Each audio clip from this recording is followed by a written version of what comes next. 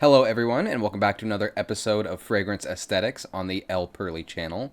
Thank you for clicking on my video. I am happy to have you here. Today we're going to be going over the dark fantasy genre and whether or not it's possible to find any colognes, any perfume, any fragrance at all that's going to fit that dark fantasy genre need that we have. First, we're going to go over what exactly defines dark fantasy, because this one isn't exactly as cut and dry as some of our other fragrance aesthetic episodes. There is like a good amount of debate over what exactly defines dark fantasy. Wikipedia refers to dark fantasy as a subgenre of literary, artistic, and cinematic works that incorporate disturbing and frightening themes.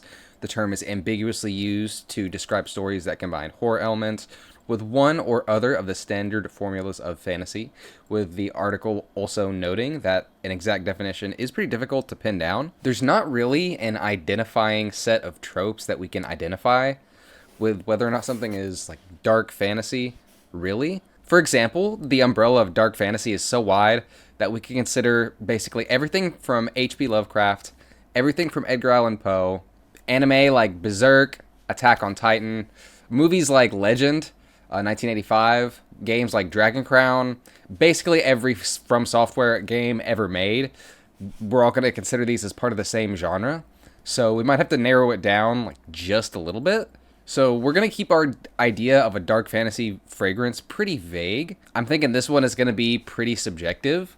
If you guys have any fragrances that you felt like should have made the list but didn't, let me know in the comments below. Forest notes aren't really going to be a requirement, but we're definitely going to come out with a few fragrances by the end of it that go for like a dark, mystical, mysterious, foggy forest, you know.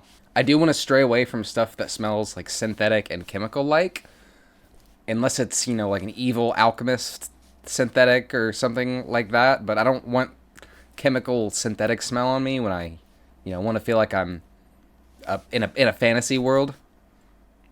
So we're probably going to be casting a pretty wide net on what we come out with on this one.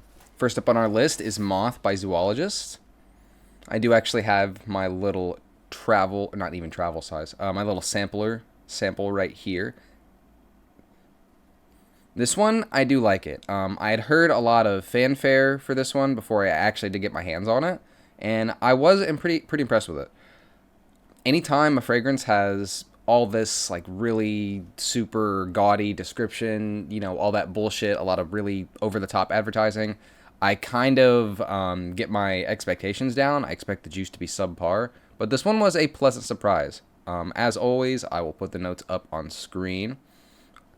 To me, this is just looking past all the notes, not even bothering with that, which you should bother with that, but me, I'm looking past it right now to just refer to it as a warm, spicy fragrance with a bit of like almost dust and honey added to it. It is very nice. Moth beats you over the head with the clove at the beginning, and there are some floral notes that present themselves with the honey. The smokiness doesn't immediately prevent itself, but there is... It's there if you look for it, basically. I would say this one is going to lean feminine, but I do think anybody could wear it. I think for a man, you would kind of need to smell like a sexy vampire or something to pull this off, because it does kind of smell like an incense store or like an old lady, maybe, or a dusty attic with honey in it. But I do think the dustiness aspect that people keep talking about is more like the smokiness to it, which I don't think is very strong. It's definitely there if you look for it, though. First time I wore this out, I got a lot of the pleasant powdery scent to it. The second time I wore it out, I did start to get more of the hippie incense store at the mall that some people attribute it to having. But I do really like it. I do still really like the fragrance. The price point is $180 for 60 milliliters, which is pretty insane. That's almost double the price point of something like JPEG Le Beau. We could buy basically a 4 ounce or 120 milliliter bottle for $130. Not even counting discount sites that could knock the price down even further. Since Zoologist is a pretty niche perfume, the resale market is pretty bad. You're lucky to find any bottles at all on like eBay or something like that. It is more of a first come, first serve type thing. I like Moth. I'm not sure if it's 100,000,000% sure worth the full price point. The resale market, like I said, pretty bad. Zoologist does sell reasonably priced samples at like $9 a pop. That's how I got mine. Keep in mind, you are paying a lot more per ounce when you buy that sample compared to if you buy a full bottle, but not everyone has $180 to drop on a bottle. The only Zoologist perfume that I would really recommend at full bottle price right now is Squid. I absolutely love that one. I did make a review of it just recently. Definitely recommend Squid at full bottle price. This one, I think if you're looking for that witchy perfume, that sort of witchy fragrance, it would definitely work for you. But for me, I don't know. But I'm still going to recommend it for dark fantasy fragrances. Just on account of it smelling like something that would fit on a sexy vampire or like a witch or something. Moth by Zoologist is kind of what I feel like Black Orchid by Tom Ford wants to be. The note breakdowns on these aren't similar at all, but I feel like they kind of share like a similar vibe.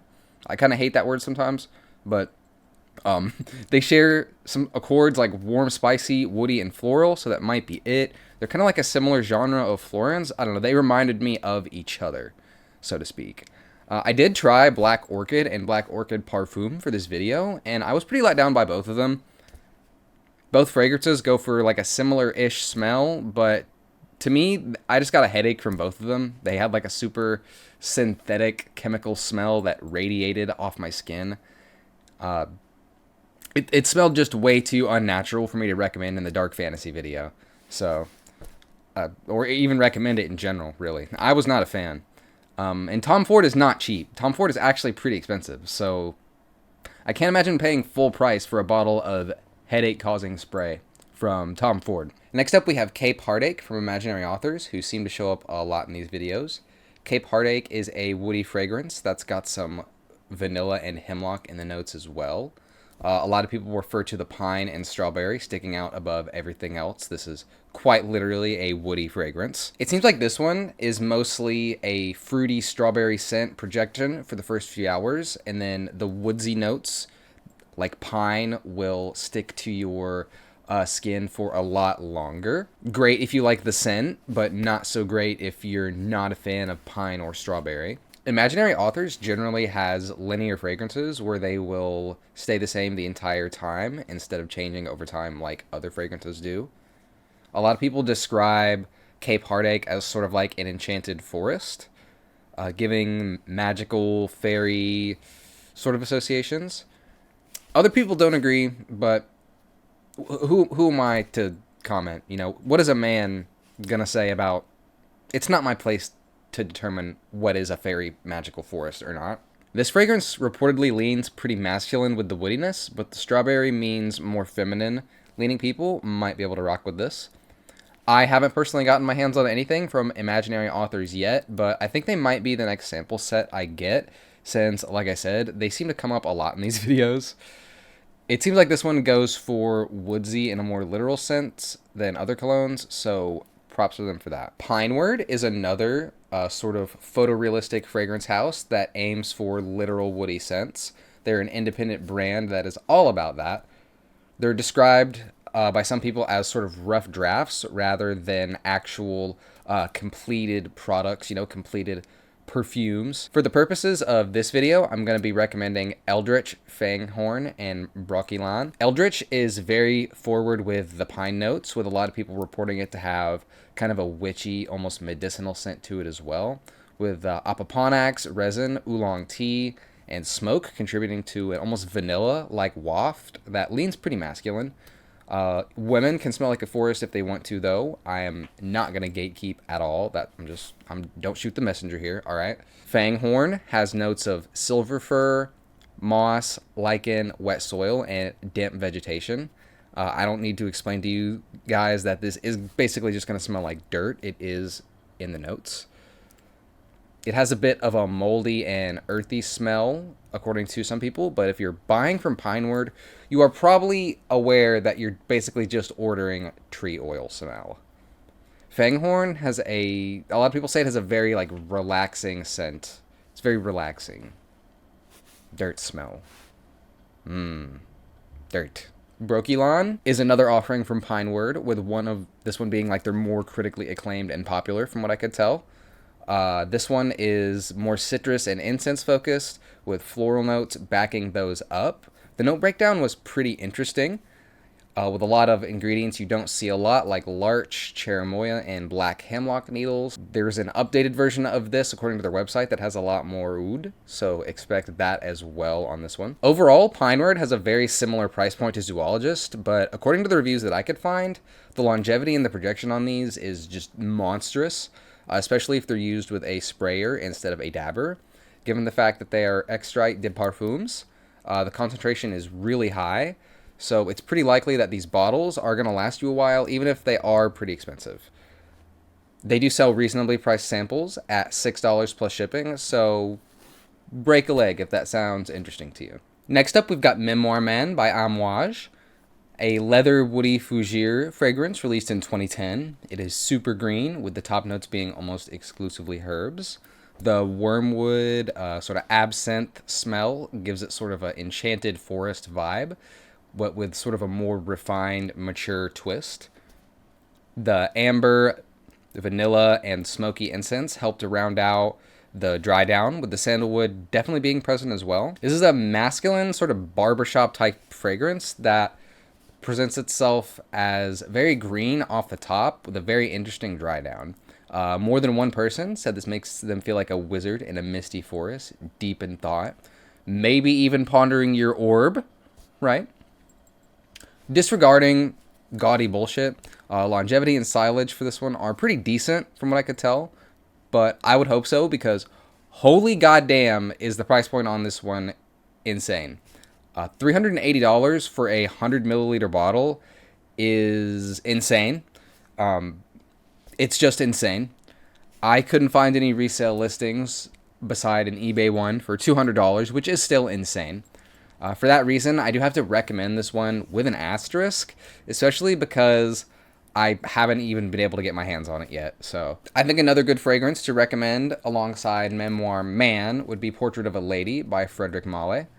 Both have insane, pretty similar price points, but Portrait of a Lady is obviously more of a feminine-leaning fragrance. Some wouldn't hesitate to call it a perfume, likely. Portrait of a Lady is a warm, spicy floral that's very heavy on the rose, with notes of both rose and Turkish rose, with the patchouli and incense being very strong as well. If you're not a fan of rose or patchouli, I would not recommend this, as the silage is reportedly pretty nuclear, which is pretty normal for fragrances that cost this much, unless you're Le Labo and you just sell scam water to people. Disregarding the Le Labo diss, Portrait of a Lady isn't exactly a dark fantasy fragrance, as in it doesn't really scream like a vampire or anything like that, but it does sort of have a mysterious or mystical aura in a way, depending on who wears it.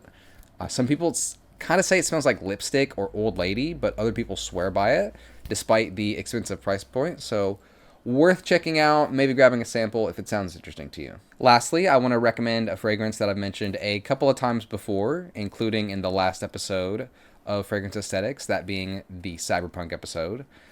The cologne I want to recommend is Hermann, à mes côtés, me paraissait une ombre.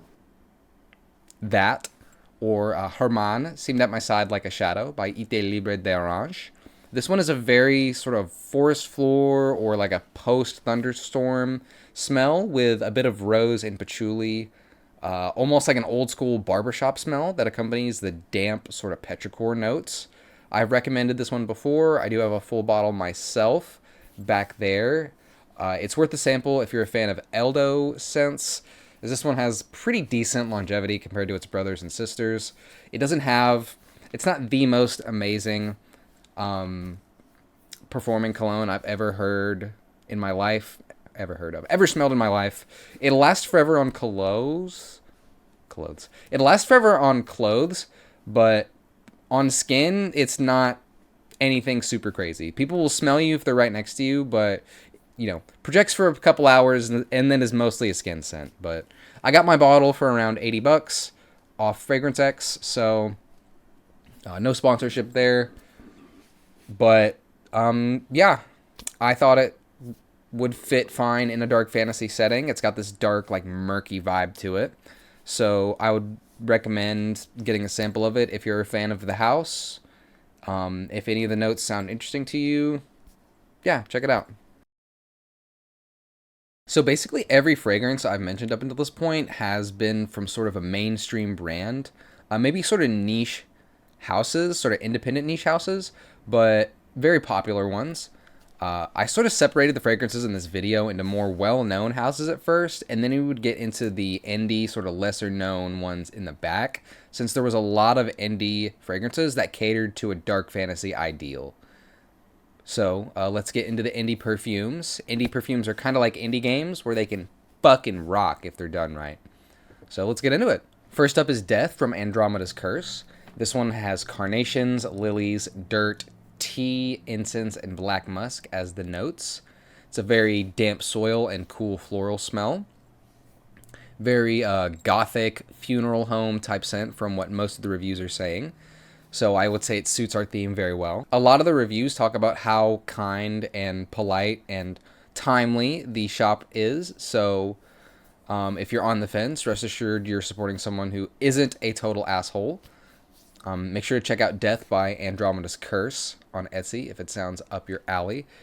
Everyone says pretty good performance. I think the price point is pretty justified. Pretty cheap. Indie perfumes are generally pretty cheap and they have good performance. So yeah, definitely check this out. Next up, we have two fragrances from Alkemia, who we mentioned in our Cyberpunk Cologne video as well. Today we're looking at Rider's Blood and Honored Ghosts. Rider's Blood describes itself as the primal angst of artistic passion, iron-tinged blood, a manuscript soaked in spilled black coffee, and an overturned tin of rolling tobacco. This one doesn't have a page on Fragrantica, so the exact accords are hard to pin down, but it's got a 4.8 based on 761 reviews, and the one written review by Sabbatha seems to be pretty happy with it, reporting that I especially smell book pages and tobacco, and the blood note is so cool. From what I can tell, it seems like the paper note... That's not Sabbatha saying that, that's me saying this, sorry. From what I can tell, it seems like the paper note is very present, like along with the bitter coffee and blood scent that has a bit of a bite to it, according to some people. We can consider this fragrance as more of like an Edgar Allan Poe type fragrance, as opposed to something like an Elden Ring type fragrance. Moving on to Honored Ghosts, its Etsy page reads as an offering of Earl Grey tea, black raspberry creams, rosewater saffron syrup, cinnamon honey, white amber, and vanilla incense. Fragrantica describes this one as a fruity floral gourmand with vanilla and amber accords. There is a review on Fragrantica that describes this as a perfume that smells like a female horror game protagonist, which I think is pretty funny. A few other reviews mention this as being like very mystical, alluring, so I thought I would include it for this video as well. A lot of the reviews describe this as like a fruity, but not overly fruity, raspberry with lots of vanilla, amber, honey, and smoky incense to give it a little bit of warm spiciness. Rider's Blood and Honored Ghosts are both extracts. Google, help me out again, please. Meaning, it just means that the performance and the projection is going to be pretty monstrous, pretty nuclear. These are both sold at pretty reasonable 5 milliliters for $20, with alternate options for roller balms or alcohol-free spray if you have an allergy. The next indie cosmetic brand we'll be looking at is Fyrinnae, who has an autumn 2023 fragrance collection that is kind of loosely based around D&D or fantasy, which is perfect for this video. We're just going to speed run through these as it's a bit hard to source reviews on them. Keep in mind these are perfume oils, so they're a little bit different from other fragrances, but they do smell... All you need to know is that they do still smell good. They do still smell good. So we're going to speed run through these really quick. Crossbow of Vengeance is dried tobacco, freshly crushed black pepper, and the undetectable sweet scent of your poison-tipped bolts. Spirit Armor is a soft, ethereal, and vaguely sweet scent that envelops you with light wisps of ambrette, tonka, cedarwood, and amber. Beneath the Forest describes itself as beneath the trees, where sunlight never reaches, and few green plants grow, mushrooms and decay flourish in the ever-damp soil, surrounded by darkness. Step carefully. Amulet of Respite describes itself as a cup of hot black tea infused with marigold petals and a spoonful of raw sugar stirred in. Grants wearer 1 hour solitude with a favored beverage. Interesting. Chaotic Good is fresh tobacco leaves, oak moss, bergamot, violet leaf, tonka, and a hint of wood shavings, which I think sounds really cool. Spellbound is sweet, syrupy benzoin dominating, with clary sage, grapefruit peel, violet, and a hint of smoky vetiver. A spellcaster's cluttered desks, an assortment of raw materials scattered about. Last is Familiar, which is fresh cut hardwood, syrupy sweet benzoin resin, dark bittersweet labdanum, and a tiny sprinkle of freshly bright grated ginger. That was the Autumn 23 collection from Fyrinnae, which you can buy from their website, which, don't let me discourage you, but this website makes me feel like I'm ordering a hit off the dark web and not buying some fragrance. Maybe that's intentional for the vibe. I don't know. Either way, recommend them, definitely. Last up for today's video, we're going to be mentioning a few fragrances from Amorphous Perfumes, formerly Black Baccarat. We've got Symmetry Moss, Autumn in Salem, Witch's Veil, and Vampire Romance. Symmetry Moss describes itself as a beautifully complex earthy blend which captures an overgrown symmetry filled with ancient stones, flocked with thick green velvety moss. Faint whiffs of tobacco smoke, ghosts of amber, and quick flashes of myrrh reveal themselves on the dry down of this hauntingly earthy and archaically green blend.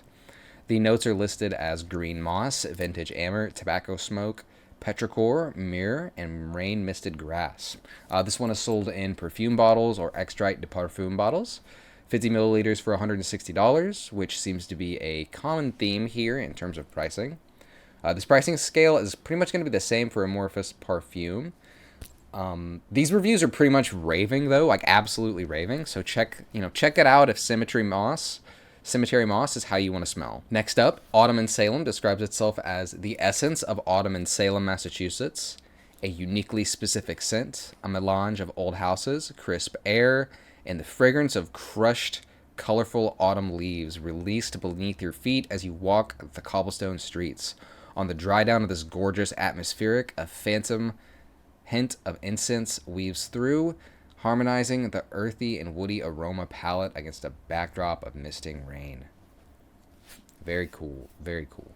Notes are listed as elemi and cedar. The blend intertwined with notes of figs, birch, and whispers of cucumber and fresh rain. Highlights are listed as aged wood, antique cedar chest, windswept autumn leaves, witch shop incense, rain-misted old house, and bare birch trees. I think rain-misted houses is probably in the running for the top 5 most insane notes we've had on the channel. Probably up there with paint varnish and human skin. All jokes aside, though, this one does sound pretty interesting. This is another witchy fragrance to check out, especially if you're looking to support some indie perfume houses. Amorphous is also woman-owned, if that's going to sway any of you as well. On the topic of witchy fragrances, Witch's Veil by Amorphous is perhaps our most witchy fragrance yet, as you can tell by the name, obviously. The website describes it as one of our most bewitching fragrances. This blend unfolds with notes of dripping candle wax, an array of aged potions, charred black lace, and ancient enchantments, concealed beneath moss-covered antique floorboards. As it evolves, subtle hints of vanilla sachets emerge, intertwining with herbal tinctures and the essence of fireplace smoke.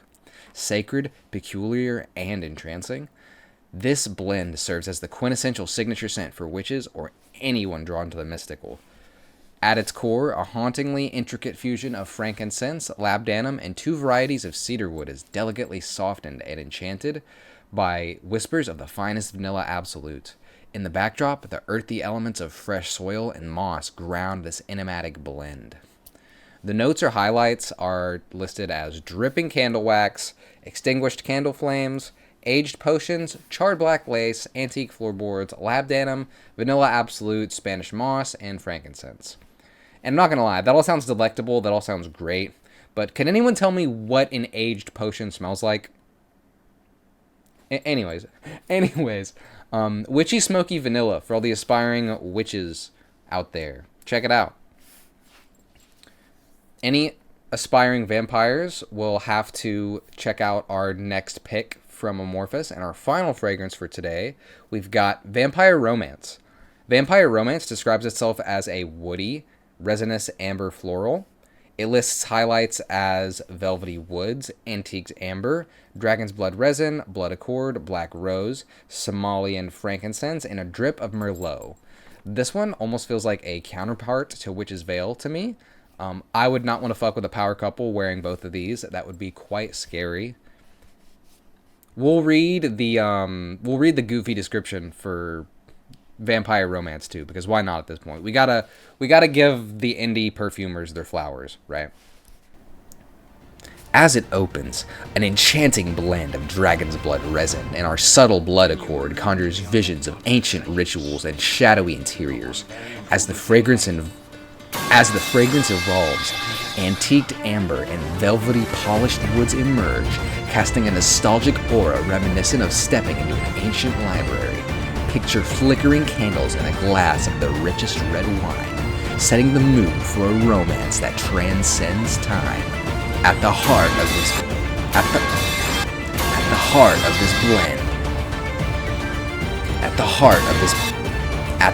of this blend lies the black rose, a symbol of dark beauty, while Somalian frankincense weaves an ethereal and mystical thread, evoking echoes of centuries past. This fragrance is a journey into darkness mixed with elegance, capturing the type of immortal romance that ignites and flourishes under the enchanting cloak of night. Available for purchase on amorphousperfume.com. Anyways, that's pretty much going to be it for this video. If you have tried any of the fragrances in this video and you have anything to add, let me know in the comments section down below. I apologize for this video taking so long, as I got whatever the YouTube equivalent of writer's block would be while making it. So I apologize for that. If anyone has any suggestions for the next episode of Fragrance Aesthetic, what fragrance to choose, do not hesitate to let me know in the comments. The only one I kind of have in the pipeline right now is more fruitier arrow fragrances. So let me know if you'd like to see that. I'm kind of on the fence about that one. Either way, check us out on all platforms if you enjoy my content. And as always, thank you for watching.